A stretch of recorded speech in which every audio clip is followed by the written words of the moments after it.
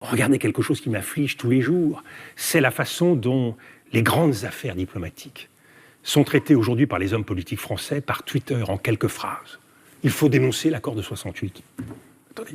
Avec l'Algérie. Oui. Quand on a l'histoire que nous avons avec l'Algérie, est-ce qu'on peut ramener à une formule comme celle-là? Qu'est-ce que ça veut dire?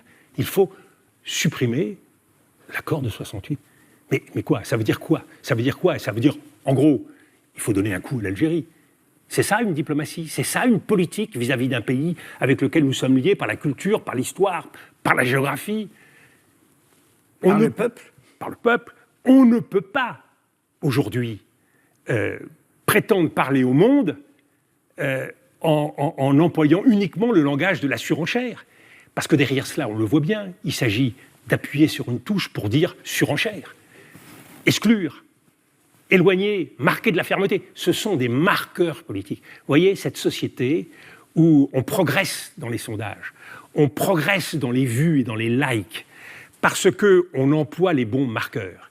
Et aujourd'hui, si vous avez un bon conseiller en matière de réseaux sociaux et de communication, il vous explique comment d'abord on peut gonfler technologiquement vos vues, vos soutiens, mais surtout comment, en utilisant les bonnes touches, on peut appuyer à chaque fois là où cela vous permet de créer des communautés.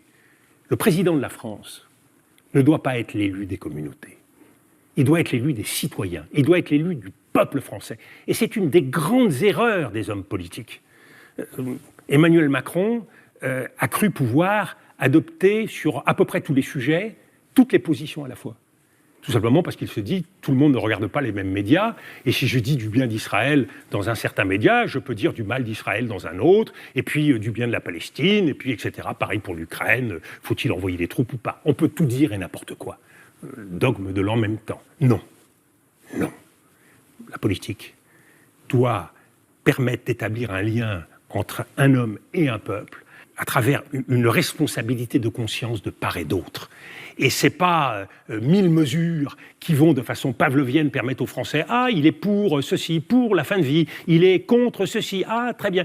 Non, ce n'est pas un quiz, une élection présidentielle. Or, le système politico-médiatique est en train de conduire l'élection à devenir un quiz.